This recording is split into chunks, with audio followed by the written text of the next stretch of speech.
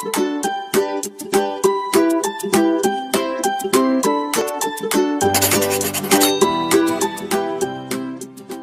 numerasi adalah kemampuan berpikir menggunakan konsep, prosedur, fakta, dan alat matematika untuk menyelesaikan masalah sehari-hari pada berbagai jenis konteks yang relevan untuk individu sebagai warga negara Indonesia dan dunia. Jadi itu adalah kompetensi numerasi. Saya kira pemahamannya sudah cukup untuk yang kompetensi numerasi ini. Mengapa sih kompetensi numerasi itu kok dianggap penting? Dalam kehidupan abad ke-21, lebih membutuhkan kemampuan berpikir yang menggunakan konsep, prosedur, fakta, dan alat matematika untuk mengambil sebuah keputusan. Nah, jadi dengan alasan itulah mengapa sih kompetensi numerasi itu kok dianggap penting. Sehingga kompetensi numerasi itu harus diajarkan ke siswa, harus ditanamkan ke siswa dalam setiap mata pelajaran. Ya, Bapak Ibu, jadi ini bukan tugas dari guru matematika saja atau mata pelajaran matematika saja. Bagaimana penguatan kompetensi numerasi pada mata pelajaran matematika? Ini mungkin nggak terlalu banyak masalah Bapak Ibu ya, karena di mata pelajaran matematika itu sudah bidangnya, sebetulnya ya, bidangnya dengan kompetensi numerasi. Penguatan kompetensi numerasi dibutuhkan pada mata pelajaran matematika ketika peserta didik dituntut, nah ini peserta didik dituntut untuk mengaplikasikan konsep dan keterampilan, ya, mengaplikasikan konsep dan keterampilan matematika, terutama tentang bilangan, bentuk dan ruang, fungsi dan hubungan, ketidakpastian, dan data. Sehingga mampu menyelesaikan masalah praktis dalam berbagai ragam konteks kehidupan sehari-hari, baik itu secara pribadi, sosial, maupun ilmiah. Itu yang pertama, Bapak Ibu ya. Untuk ini khusus untuk yang mata pelajaran matematika. Yang kedua, peserta didik dituntut untuk mampu menganalisis dan menginterpretasi informasi dalam berbagai bentuk.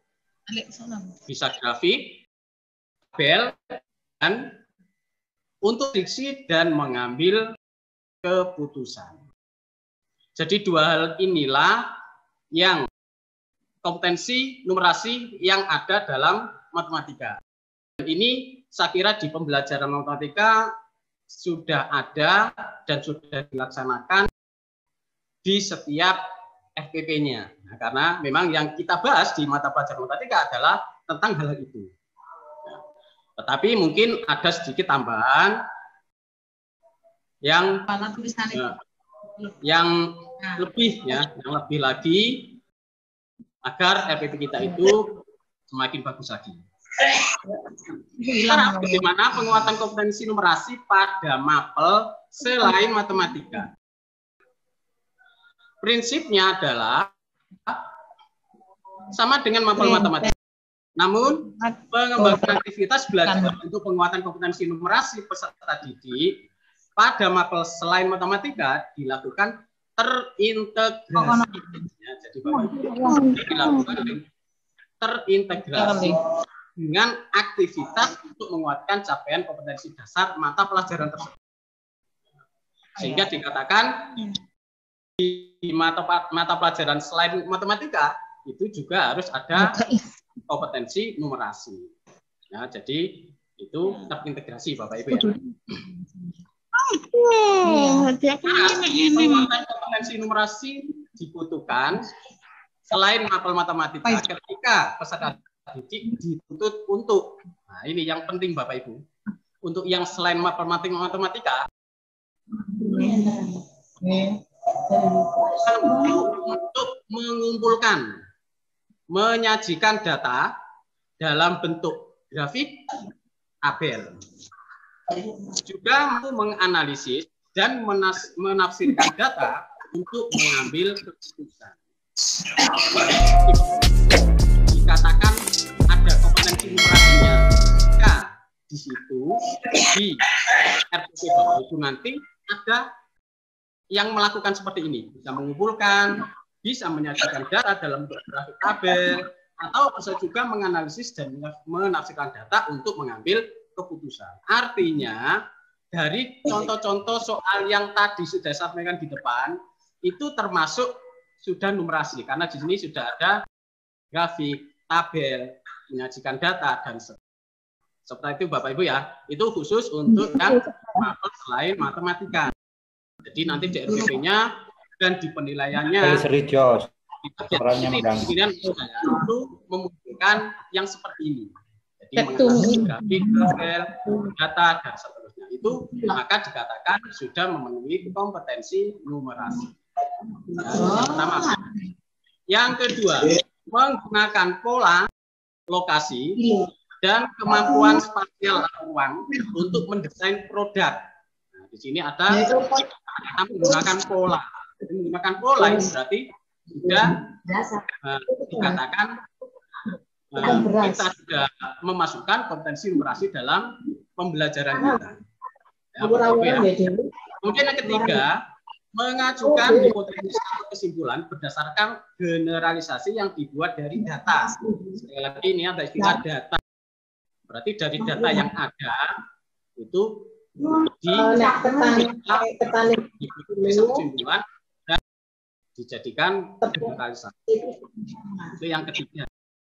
Yang keempat, menggunakan rumus. Jelas kalau menggunakan rumus ini berarti sudah masuk kompetensi numerasi. Jadi 4 dalam inilah yang Bapak Ibu nanti aplikasikan ke dalam pembelajaran dan penilaian untuk mata pelajaran selain matematika. Otomatis untuk mengaplikasikan ini ke dalam RPP juga untuk diskusi juga Bapak Ibu ya. Seperti itu. Sekarang ini ada contoh untuk mapel IPA.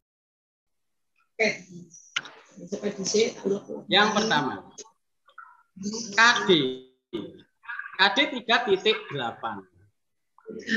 Menganalisis perubahan iklim dan dampaknya bagi ekosistem. KD 4-nya membuat tulisan tentang gagasan adaptasi atau penanggulangan perubahan masalah iklim. Jadi ini KD 3 dan KD 4-nya. Tujuan pembelajarannya di sini dibagi menjadi 3. Yang pertama, melalui mencermati berita yang memuat infografis. Ini sebagai titik beratnya Bapak Ibu ya. Jadi ada infografis. Berarti ini dikatakan sebagai siklusnya nanti. Jadi infografis. Pada peserta didik, tadi mampu merumuskan dampak perubahan cuaca terhadap produksi bahan pangan. Tujuan yang pertama. Tujuan yang kedua, menggunakan hasil data primer. Berarti menggunakan ada data primer, dan dianalisis. Berarti ini sudah dikatakan numerasi, Ibu ya.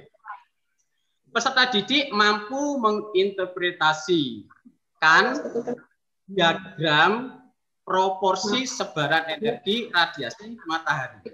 Ini menggunakan diagram, jadi membuat diagram. Berarti ini juga kompetensi numerasi yang ada di mapel IPA. Jadi nanti untuk mapel yang lain sudah mengadaptasi dari contoh ini, Bapak Ibu. Yang ketiga tujuannya, peserta didik mampu merumuskan gagasan dalam bentuk poster agar mengurangi efek perubahan cuaca. Jadi mampu merumuskan gagasan dalam bentuk poster atau gagasan. Halo, Assalamualaikum. Iya, ada 3 tujuan dari tadi ini. Halo. Saya lanjutkan. Bu Elis, halo, Bu Elis. Bu Elis, tolong iya. di-mute. Dalam pembelajarannya, aktivitas belajarnya, di-mute. Ya, tolong. Nggih, Mas Ini Ridho. ada barcode. Di barcode QR code ini Bapak Ibu bisa cek. Ternyata kalau saya lihat, saya cek dengan menggunakan Iya. QR Waalaikumsalam. code itu isinya berita dari Iya. jawapos.com. Jadi isinya hanya berita, Bapak Dimut Ibu ya. ya? Nggih. Jadi literasinya, Pak. Jadi ini literasinya isinya. Nggih, Kemudian tapi gak dimut. peserta didik menggunakan QR code ya seperti yang sampaikan tadi tentang dampak perubahan cuaca. Jadi itu isinya hanya cerita kalimat Bapak Ibu ya. Kemudian di situ nanti mungkin siswa bisa memprediksi berapa produksi beras bulan Maret. Nah, jadi ini hanya berupa prediksi, Bapak. Kemudian di sini juga di pembelajaran ini ada stimulus berbentuk seperti ini. Ini namanya diagram batang. Itu disertai informasi tentang produksi dalam satuan juta ton pada bulan-bulan ini, Bapak Ibu ya. Produksi tahun 2018. Ini stimulus ini juga dimunculkan dalam pembelajarannya. Nah, berarti karena menggunakan tabel atau grafik tadi, berarti ini sudah menanamkan kompetensi dari numerasi pada mata pelajaran IPA. Nah, sekarang yang seperti ini, kalau digunakan mapel yang lain, bisa tidak? Bisa saja, Bapak Ibu. Ini dipakai untuk mapel IPS juga bisa. Mapel yang lain, yang kira-kira di KD-nya itu membahas tentang apa ini? Nah, ini juga bisa, jadi tidak harus ini untuk IPA saja. Matematika apalagi. Yang seperti ini sudah biasa, Bapak Ibu. Ya, seperti itu, Bapak Ibu ya. Jadi info tentang stimulus yang ingin Bapak Ibu tampilkan dalam pembelajaran, itu sebenarnya kalau Bapak Ibu butuh itu di internet banyak sekali sumbernya. Ya, Bapak Ibu ini nggak usah membuat sendiri, Bapak Ibu ribet. Jadi lebih baik Bapak Ibu cari masalah apa, ingin grafik atau kurva apa, silakan cari di internet banyak sekali. Sehingga itu sebagai Bapak Ibu gunakan untuk sumber belajarnya anak. Ya. Nah, sehingga di sini anak akan mulai belajar menganalisis dari data yang ada ini. Ya. Setelah itu nanti disampaikan di dalam bentuk sesuai dengan apa yang diinginkan dalam pembelajaran itu. Nanti permasalahannya itu tentang apa, seperti itu Bapak Ibu.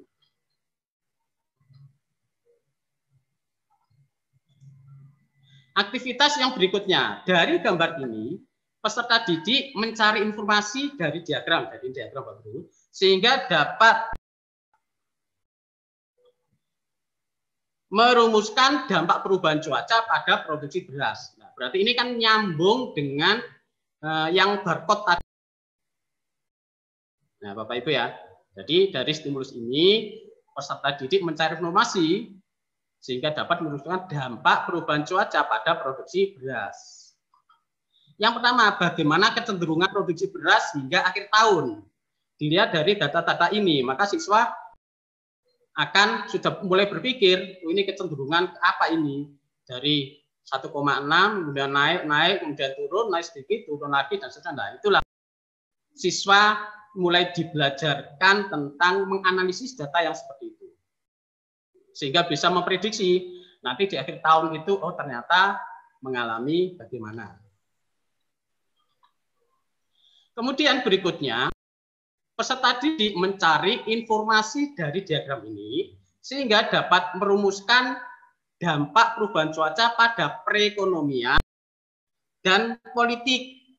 Nah, jadi nyambung, ada perekonomian dan politik juga. Bagaimana kok bisa nyambung seperti itu? Ini. Apa yang terjadi jika harga beras semakin mahal? Nah, ini yang politiknya. Ya. Apakah berdampak pada kebijakan impor beras? Jadi ini bisa juga nyambung ke mata pelajaran IPS juga, begitu Bapak Ibu ya.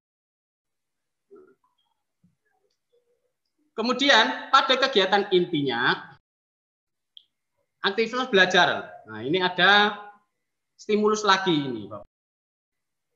Tentang radiasi matahari terhadap bumi.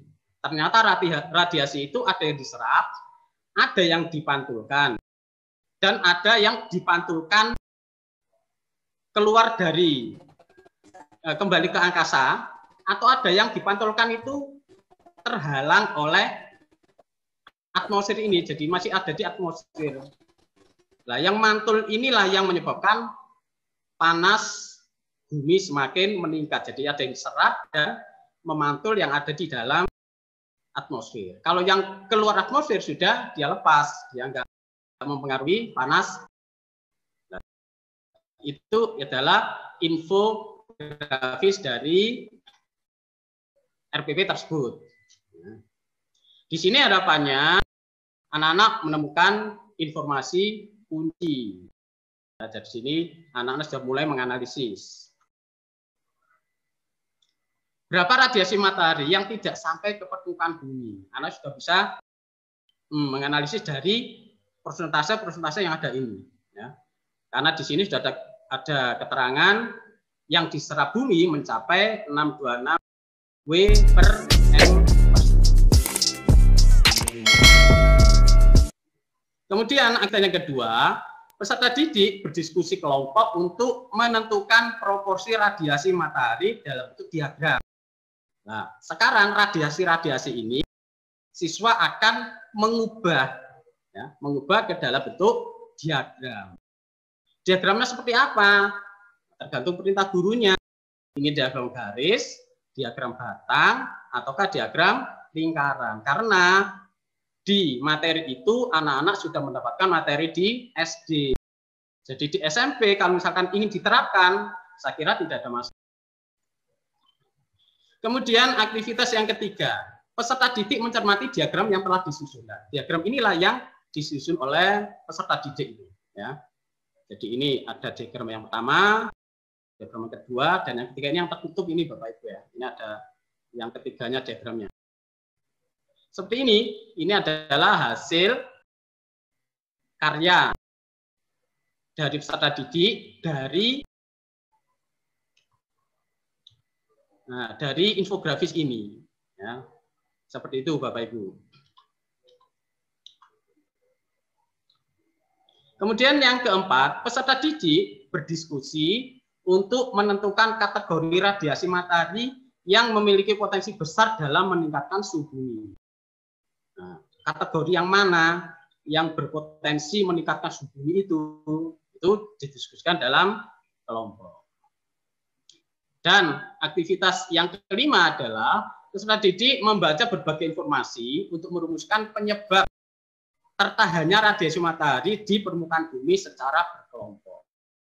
Nah, jadi ini siswa mencari dari sumber informasi yang lain Bapak Ibu. Jadi dari internet, makanya tidak salah yang disampaikan Pak Sarjuni tadi bahwa pembelajaran sekarang itu siswa tidak dilarang membawa HP. Ya.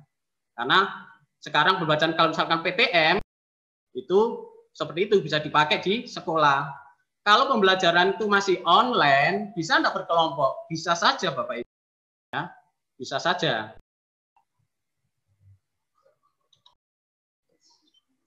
Nah, sekarang ada infografis lagi yang seperti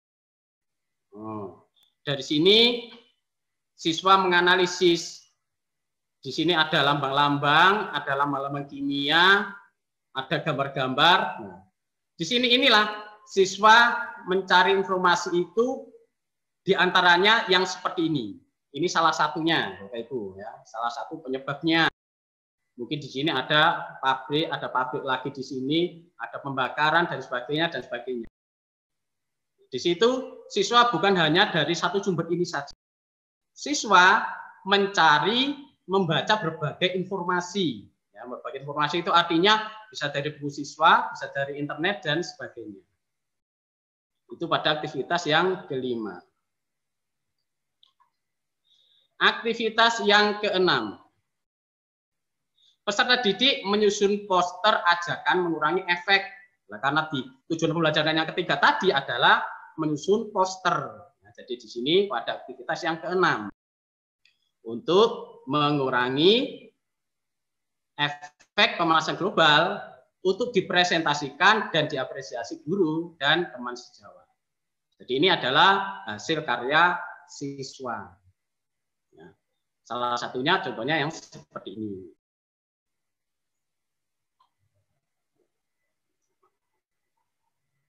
Nah, ada pesan seperti itu. Kemudian aktivitas yang ketujuh.